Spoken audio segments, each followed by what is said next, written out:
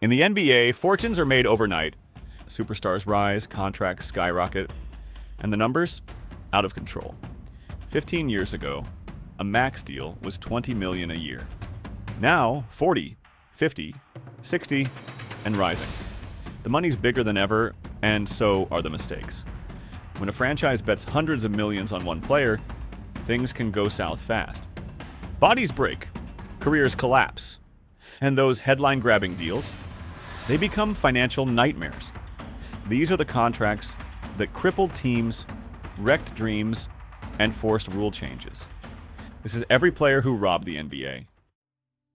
Kicking off our list at number 10 is Allen Houston. We start at the turn of the millennium with the New York Knicks. Allen Houston was a star, a lethal shooter with a jumper so sweet, it helped carry the Knicks to the finals.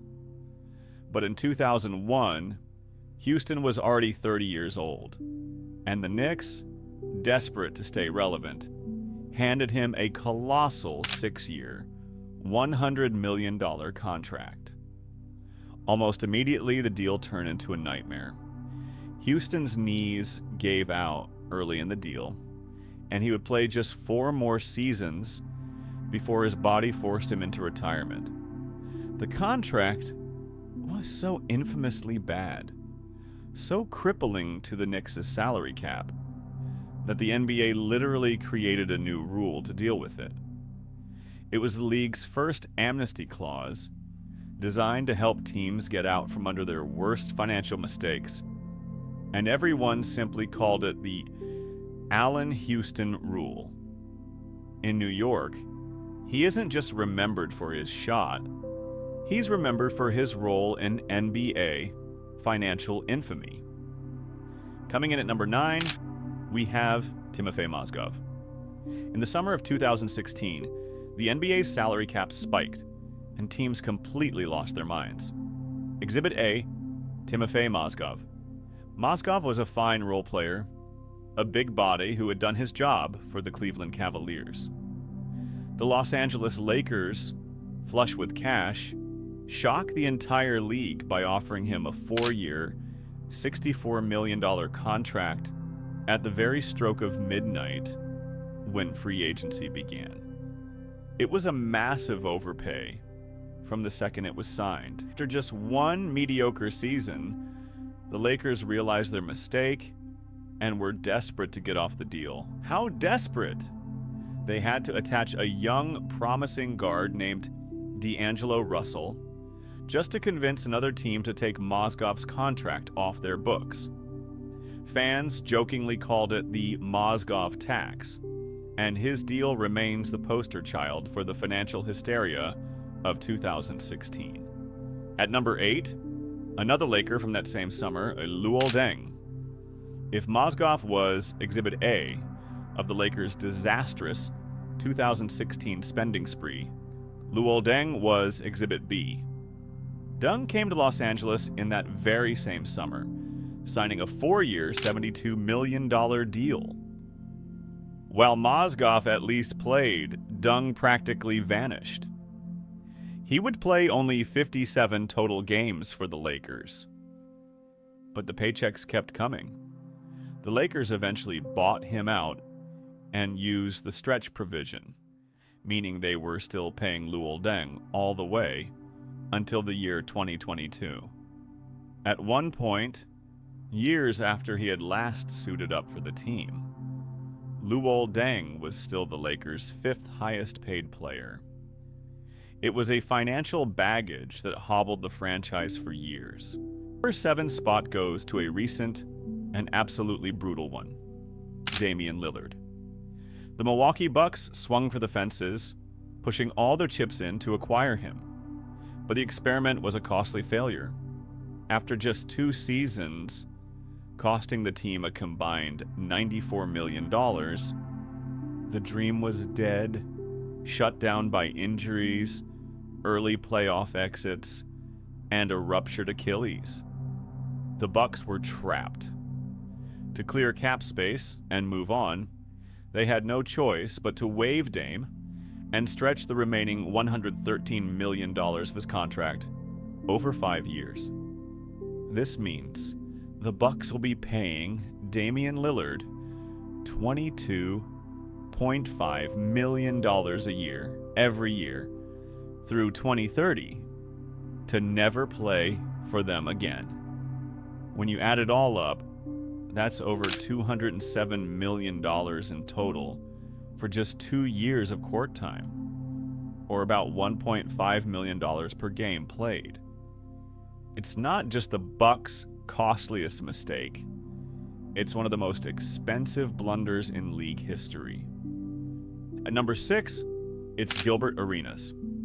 Back in the mid-2000s, Agent Zero was a cultural phenomenon. Arenas was a showman, a clutch scorer, and a perennial all-star for the Washington Wizards. In 2008, the team rewarded him with a massive 6-year, $111 million deal. The ink was barely dry before it all fell apart. A series of devastating knee surgeries, including 3 in just 18 months, robbed him of his explosive athleticism. That, combined with his infamous locker room gun incident, saw him play less than 50 games over the next 3 seasons in Washington. But the contract was guaranteed. Arenas kept collecting checks from that one deal all the way until 2016, a full 5 years after he last played for the Wizards. To this day, some experts still call it the worst deal in league history. At number 5, we have Gordon Hayward.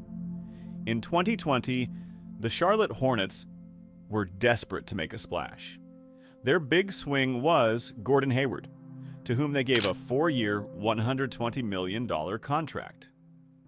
This was already a huge risk for a player who was struggling with injuries. But the deal was even worse than it looked.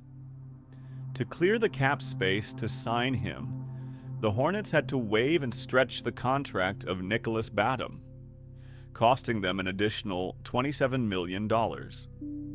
So, the total cost for Hayward was $147 million. Hayward's time in Charlotte was defined by one thing: more injuries. His tenure was marked by far more time spent in the training room than on the court. The astronomical price tag completely dwarfed his actual impact, and it's a financial hole Charlotte is still paying the price for. Coming in at number 4, a deal that is unfolding right now, Paul George. Fresh off an injury-filled and disappointing exit from the Clippers, Paul George hit free agency in 2024. The Philadelphia 76ers, desperate for a co-star, backed up the Brinks truck, giving him an eye-watering 4-year, $212 million deal. His first season was a predictable catastrophe. George spent most of the year on the sideline after undergoing knee surgery, playing in fewer than half the team's games. When he was healthy enough to play, he struggled to make any real impact. Now, entering this 2025-26 season, he has yet to play a single game, and fans in Philly are already realizing their new wing star is just another max contract mirage. Before we get into the top 3, I just want to quickly pause and ask you to like and subscribe if you can. I'm a small creator with no team, and each video takes over 20 hours to make, so your support truly makes a difference. Now, let's get back to the video. At number 3, the man whose deal became a verb, Chandler Parsons. In that same 2016 summer of insane spending, the Memphis Grizzlies bet big on Chandler Parsons' potential, signing him to a 4-year, $94.5 million contract. What followed was a complete theft. Parsons was hobbled by consecutive knee injuries and was almost never available. Over the 4 years of that massive contract, he played in just 100 total games, averaging a measly 7 points. Let's break down the math. That's over $1 million per game played, and roughly $200,000 per point scored.